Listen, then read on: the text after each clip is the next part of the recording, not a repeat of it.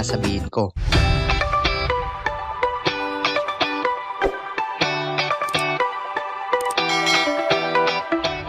Before we proceed, gusto ko lang malaman nyo na 97% ng nanonood sa ating channel is hindi nakasubscribe.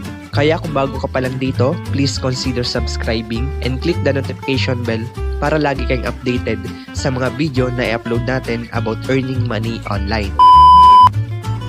First way to earn sa Facebook Reels ay si star monetization. Bali, may ginawa na akong step-by-step video tutorial about dito. Check nyo na lang yung past video natin or i-click nyo yung link na makikita nyo sa description below at nakapin sa comment section. Para sa di nakakaalam, ang star ay isang virtual gift na ibinibigay ng mga followers and viewers natin kapag nagustuhan nila yung video content na ginagawa natin. Ang equivalent ng 1 star is $0.01 US. Around 0.55 ito sa peso. So kapag may nag-send sa'yo total of 15,000 star, ang conversion niyan is $150 or 8,254.43 in today's conversion sa peso. Karamihan sa atin, lalo na sa mga eligible dito sa gantong monetization, ang nagiging problema or karaniwang tanong, paano kapag walang nag-send ng star? Paano na ako kikita? Sobrang hirap naman makakuha ng star. Ramdam ko yung frustration especially kapag yung ina-upload mong reels is malaking effort yung binibigay mo. Basta guys, panoorin nyo na lang yung full video tutorial natin about dito kay Facebook Reels para mas maintindihan nyo siya. Second way natin ay yung ads on Reels. Siguro a lot of you is familiar na in this kind of monetization ni Facebook Reels. This kind of monetization is on trial stage pa lang, meaning tinetesting pa lang ng Meta or Facebook yung paglalagay ng ads sa mga Reels. Nakasaad din dito na selected creators and publishers lang ang nabigyan ng invitation sa Ads on Reels program. Kaya kung nagtataka kayo bakit walang lumalabas dito sa monetization tools is baka hindi ka invited dito sa gantong program. Sa tingin ko ang ini-invite lang dito ni Facebook ay yung may mga account na madami ng uploaded reels, madami ang mga viewers at followers. Minsan kapag mataas yung engagement ng inyong account or kadalasan 80% ng followers and viewers mo nanggaling sa paggawa mo ng mga reels ang na-invite dito. Para maging eligible naman, ang mga requirements na kailangan is napakasimple lang. Una, dapat wala kang nilabag sa Facebook Partner Monetization Policies and Content Monetization Policies. Kung gusto nyo basahin tungkol sa mga policies na yan, ilalagay ko na lang yung link sa description below or for deeper information, gagawa na lang siguro ako ng separate video about dito. Para maiwasan ang mga violation, dapat ang mga Reels content na ginagawa nyo is original. Pag sinabing original, dapat sarili nyong gawa. Hindi kinuha sa movies or nire-upload, kahit napalitan nyo pa ng music yan. Dapat wala ding watermark ng ibang social media platform, lalong-lalo na ang mga competitors nito na si TikTok at YouTube Short. Akala kasi ng iba okay lang mag-upload ng may mga watermark dahil hindi naman nagbibigay ng strike or warning si Facebook na against yun sa monetization policies. Pero kung mapapansin nyo dun sa ibang creator, kahit naabot na nila ang criteria na 1,000 followers ay ineligible pa rin sila. Kahit meron ka pang 20,000 followers, kung nilabag mo naman yung monetization policies, is hindi ka magiging eligible. So check nyo yung mga videos nyo, baka may mga na-upload kayo na may mga watermark or other violation against their policies. Nakasaad din dito that creators can only monetize content consumed by their natural and authentic audience. Dapat nakuha mo yung mga followers mo in organic way. Meaning hindi mo binus yung page mo, ito yung mga nag-o-offer sa Facebook na kailangan mong magbayad ng certain amount kapalit ng followers, likes at views. Consider yan ni Facebook as a fake traffic or fake engagement.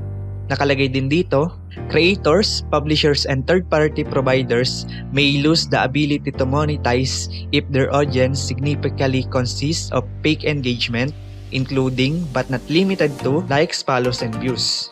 So ang term dito ay yung mga dummy account. Naranasan ko to dun sa Facebook account ko. Madaming mga dummy account na nag-add sa akin. So ako naman, accept lang ako ng accept. So nung inactivate ko yung professional mode ko, na-convert yung friends ko into total of 1.2 thousand followers. Meaning dapat eligible na ako for monetization dahil ang kailangan lang naman 1,000 followers, di ba? But nung chinek ko yung monetization tools ko, nakita ko dito na ineligible yung account ko. Kaya nung nalaman ko kung ano yung dahilan, napansin ko karamihan sa audience ko ay mga dummy account consisting with fake engagement. Alam mo naman pag dummy account, diba? Yung konti lang yung friends, yung mga posting niyan ko konti. Kaya na-detect ni Facebook na hindi siya legit account. So kaya kayo guys, wag kayong basta-basta mag-add ng mag-add or accept lang na accept. Dahil karamihan ganito din ang ginagawa just to gain followers, na hindi nila alam na against ito sa monetization policies. Kaya kung gusto nyo makakuha ng organic and solid followers, just keep uploading quality content. Next requirements is dapat 18 years old ka, and lastly, nakatira ka sa eligible country. Yes, Philippines po ay kasama. Kung OFW kayo, hanapin nyo na lang dito yung eligible country kung saan kayo located.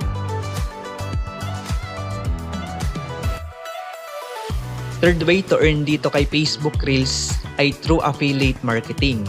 Itong si affiliate marketing is matagal nang ginagawa ng iilan sa atin. Sa madaling salita, ang affiliate marketing ay pagbebenta ng products or services using an affiliate link. Bali, ika-copy-paste mo lang yung link na yon sa yung social media like Facebook. Then kapag may nag-click dun sa link na yon, is may kikitain ka. Then kapag nag-purchase naman sila ng item dun sa link na yon, is malaki yung makukuha mong commission.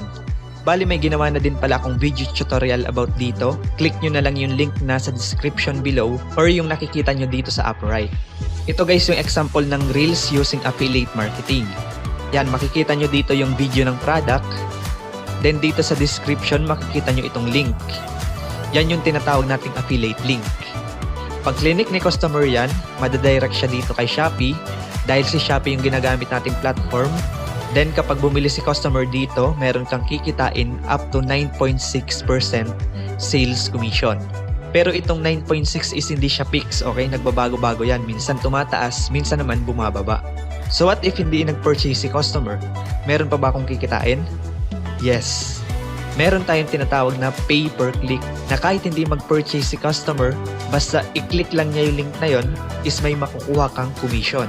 Kung mahilig kayo umorder online, pwede nyong gawa ng unboxing video yan. Lagyan nyo ng voice over. Kung nahihiya kayo, gumamit kayo ng mga AI voice. Madami naman yan sa online. O kaya naman kahit music na lang.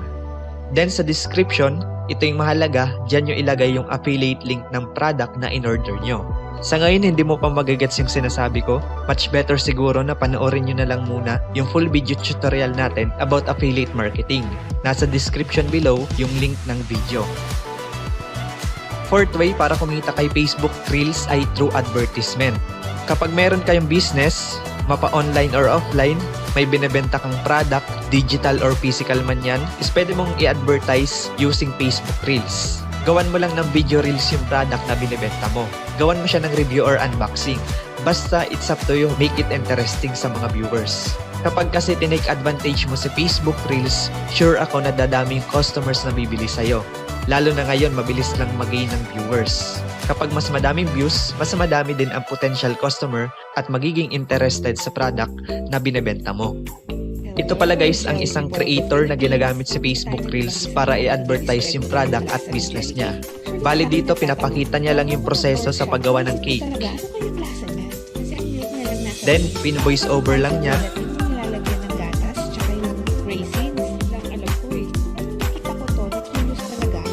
May napansin din ako dito sa video na sinasagot niya yung mga questions ng kanyang mga viewers. Diba? Nahirapan din siya mag-explain. Hindi ko tayo mag-describe ng lasa. Example lang, paano i-describe ang cake. Okay, ganun lang guys. I hope na madami kayong natutunan. If nakatulong tong video na to, please like, share, and comment down below. By sharing this video is a big help to our channel.